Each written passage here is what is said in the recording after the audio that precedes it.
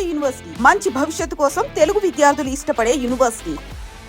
మళ్ళీ గుర్తుపెట్టుకొని మళ్ళీ గ్యాదర్ చేసి ఇక్కడే వర్క్ చేసి అమర్ ఇక్కడికే వచ్చి ఇంటర్వ్యూ ఇవ్వడం ఎలా అనిపించింది నీకు?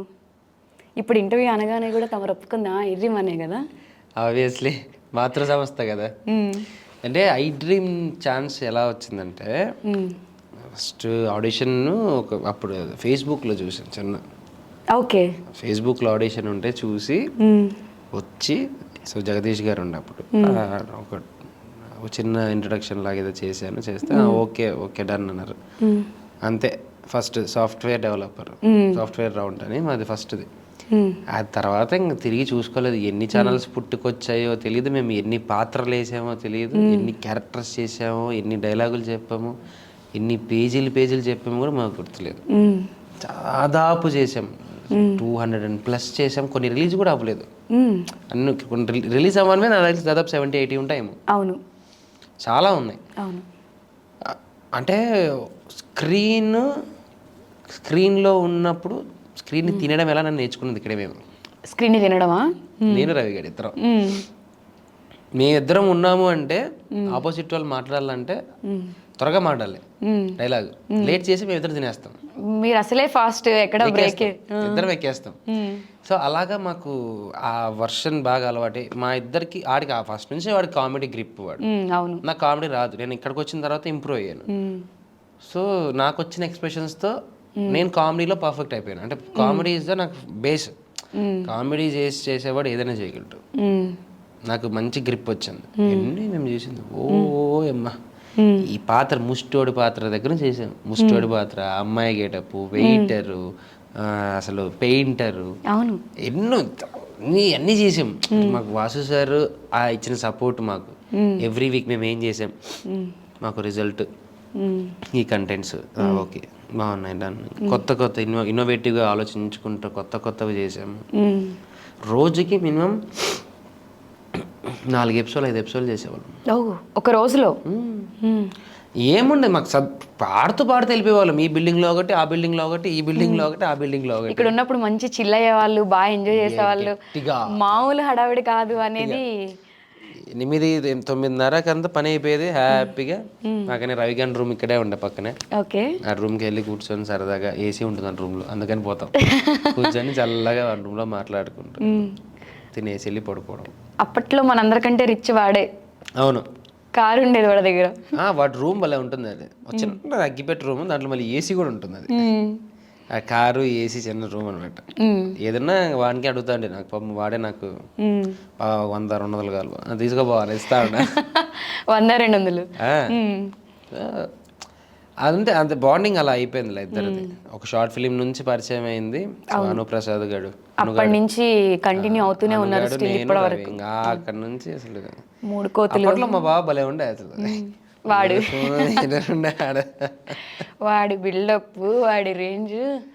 ఏంటి ఎక్కడ దింపాలి మిమ్మల్ని, త్వరగా ఎక్కండి టైం అయిపోతుంది. చేతి గారి ఉంగరాలు ఉంటాయి, గోల్డ్ ఉంగరాలు, నెలలో దారాలు ఉండే. అవునవును. సో అన్ని తీసాడు. అన్ని ఇప్పుడు అప్డేట్ అయిపోయాం. నేను వాడు ఇప్పుడు రాను ఏమైపోయినామంటే అప్డేట్ అవుతూ వచ్చాం. మా డ్రెస్సింగ్లో కానీ మేము ఒకప్పుడు పందుల్లా ఉంటుంది. లేదురా లేదు ఐ డ్రీమ్. మేము మధ్యలో కొన్ని ఎపిసోడ్స్ బాగా ఇద్దరం లాగిపోయాం. కూర్చుంటే ఇద్దరం ఇలా వచ్చేవి పొట్టలు. ఓకే. మళ్ళీ ఇద్దరం కావాలని కష్టపడి తగ్గాం మళ్ళీ. కానీ నాకు ఎలా అనిపిస్తుంది అంటే, నేను 10 years బిఫోర్ చూసినప్పుడు ఎలా అయితే ఉన్నారో, అంటే ఫేస్ కానివ్వు, ఆ గ్లో కానివ్వు, ఏజ్ పెరిగిపోయింది అనేది ఏం తెలియట్లేదు. అంటే ఆ వాడు కానీ నువ్వు కానీ అలానే, నేను కూడా అలానే ఉన్నాను అనుకో. గాడ్ గిఫ్ట్ అది, అందరికీ రాదు మనకి. ఏజ్ కనపడుకోకుండా ఉండడం అనేది అదృష్టం మనకి. అది చాలా ప్లస్ యాక్చువల్గా. నాకు తెలిసి అమర్ అంటే మంచి డాన్సరు. నువ్వు యాక్టింగ్ ఫీల్డ్కి రాకముందే సూపర్ తోప్ డాన్సరు.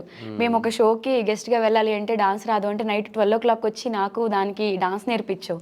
పొద్దుగాలే లేవగానే గుళ్ళ గంట కొట్టినట్టు. రవితేజ ఫ్యాన్ మచ్చా, ఏంది నువ్వు, నేను చేస్తా అని చెప్పి ఆ సాంగ్ నేర్పించావు. మంచి గ్రిప్ ఉంది. ఇప్పుడు కూడా అసలు ఇరగదీస్తున్నావు టీవీ షోస్లో. ప్రాక్టీస్ చేసేయాలి తప్పదు. సో ఇప్పుడు ఏంటి ఫర్దర్గా మళ్ళీ మూవీస్లో కంటిన్యూ అవుదాం అనుకుంటున్నావా, సీరియల్స్ చేద్దాం అనుకుంటున్నావా? అలా అని లేదు. సీరియల్ మూవీ అనేది ఏం లేదు. సీరియల్లో వస్తే మంచిది చేస్తాను. ప్రజెంట్ అయితే నాకు చిన్న మూవీస్, వెబ్ సిరీస్ వస్తున్నాయి ఆఫర్, అవి చేస్తాను. నాకు ఒక్కసారిగా పోవాలని గుర్తింపు ఉంది. ఆ గుర్తింపుని వాడుకుంటూ మెల్లగెళ్ళి ఎదుగుతా, ఆ నమ్మకం అయితే నాకు ఉంది. ఏదొచ్చినా వదలవు. ఎందుకంటే నీకు ఇండస్ట్రీలో నువ్వు కెరియర్ స్టార్ట్ చేసినప్పుడు నీకంటూ ఒక బ్యాక్ బోన్ కానీ ఒక సపోర్ట్ కానీ లేదు. ఇప్పుడు నీ సక్సెస్ ఏదైతే ఉందో అది మొత్తం నీ కష్టం అనేది నాకు తెలుసు, దగ్గరుండి నేను చూశాను.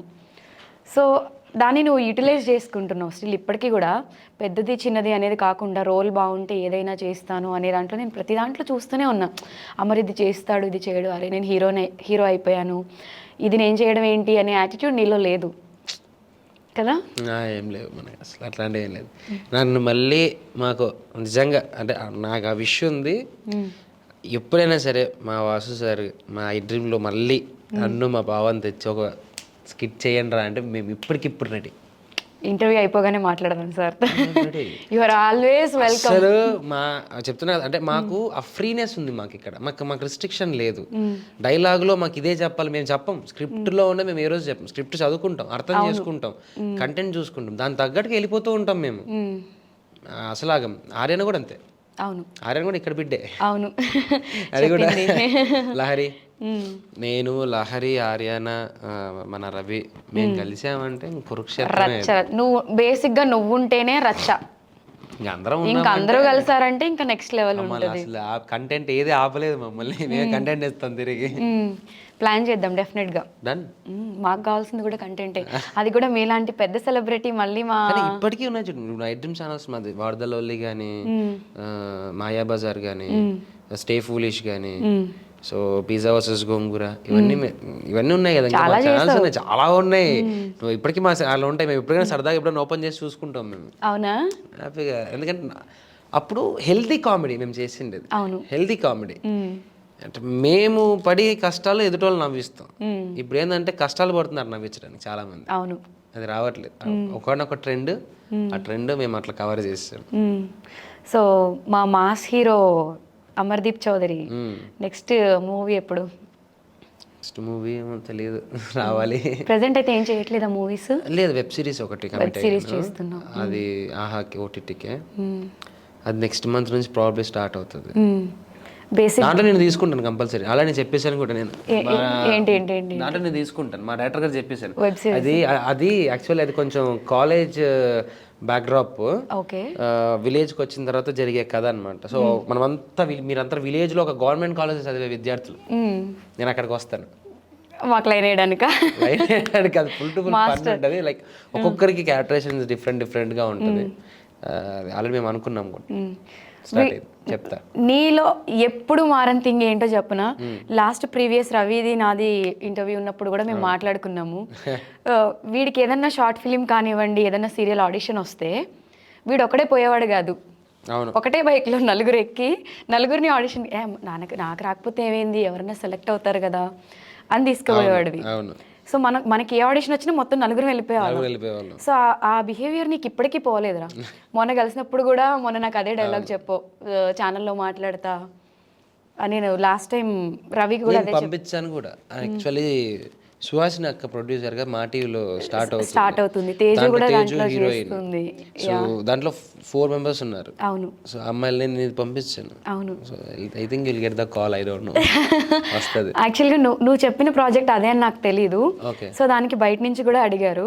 సో నాకు స్టిల్ ఇప్పటికీ క్లారిటీ లేదు. బట్ ఏం మాట్లాడు మనోడు ఉన్నాడు కాబట్టి. అంటే నువ్వు బాగా అబ్జర్వ్ చేయనందు, బిఫోర్ ఐ డ్రీమ్ తర్వాత ఐ డ్రీమ్ తర్వాత మనకు బండ్లు తిరిగేటప్పుడు మనకి ఎవరు తెలుసు? ఒక మేనేజర్ నెంబర్ కూడా మన దగ్గర మనకి తెలియదు. నిజంగా కూడా తెలియదు. ఎవరైతే చెప్తే అది వెళ్ళడం ఎవడో తెలియదు. మనకు సపోర్ట్ చేయడానికి తెలియదు, మాట్లాడడానికి తెలియదు, ఒక రెస్పెక్ట్ కూడా మనకి ఏం లేదు. అవును. After I dream first serial అప్పుడు కూడా అంతంత మాత్రమే. ఇంకా అమర్ గారు నౌ సార్ ఒక పదం వచ్చింది నాకు. అది పిలుస్తున్నప్పుడు ఓకే ఆ రెస్పెక్ట్ ఉంటుంది చూసావా. ఈరోజు నేను డైరెక్ట్గా మనం మాట్లాడగలం కొంతమందితో. అవును. నేను అదే అనుకుంటాను. నేను ఎక్కడికి వచ్చాను, నా చుట్టూ నేను కట్టుకున్నది నా సామ్రాజ్యమే, ఎవడో తెచ్చిపెట్టింది కాదు. అవును. నాకు నేను కట్టుకున్న బిల్డింగే ఇది. అక్కడికి రాళ్ళు వేసారు, బొక్కలు పెట్టారు, ఏం పెట్టారు, నేను సిమెంట్ వేసి నీటి పూర్తి చేసుకుంటున్నాను అంతే. ఏం పట్టించుకో. హ్యాపీగా. ఎందుకంటే నాకంటూ సపోర్ట్ చేసే పిల్లర్స్ ఉన్నారు కాబట్టి అవును అవి కదలవు ఎప్పుడు, అవును కదపలేరు. రవి, ఆర్యానా, అనుప్రసాద్ వీళ్ళందరూ పిల్లర్స్ అనమాట. మహేష్ కానీ ఇప్పుడు Manas. So there are few people, Nikhil, వీళ్ళందరూ నాకు పిల్లర్స్. వీళ్ళు ఎప్పుడు కదలరు. ఎన్ని చెప్పినా అమర్ గురించి ఎన్ని మాట్లాడినా వాళ్ళకి తెలుసు అమర్ అంటే ఏంటో. అవును వాళ్ళు ఎలా అవతలగంటారు, వాళ్ళు కదలరు. అందుకే నా కోట అలా ఉంది. అవును, ఎవరు మాట్లాడినా నీ గురించి కొత్తగా నాకు తెలియదు ఏం లేదు. సో అందరూ పాజిటివ్. మనోడి గురించి తెలిసిందే కదా, షార్ట్ టెంపర్ వస్తుంది, అరుస్తాడు, మళ్ళీ నార్మల్ చిల్ అయిపోతాడు. అలాంటి ఫ్రెండ్స్ ఉండడం కూడా అదృష్టం. ఇప్పుడున్న ఇదిలో నాకు మన ఓల్డ్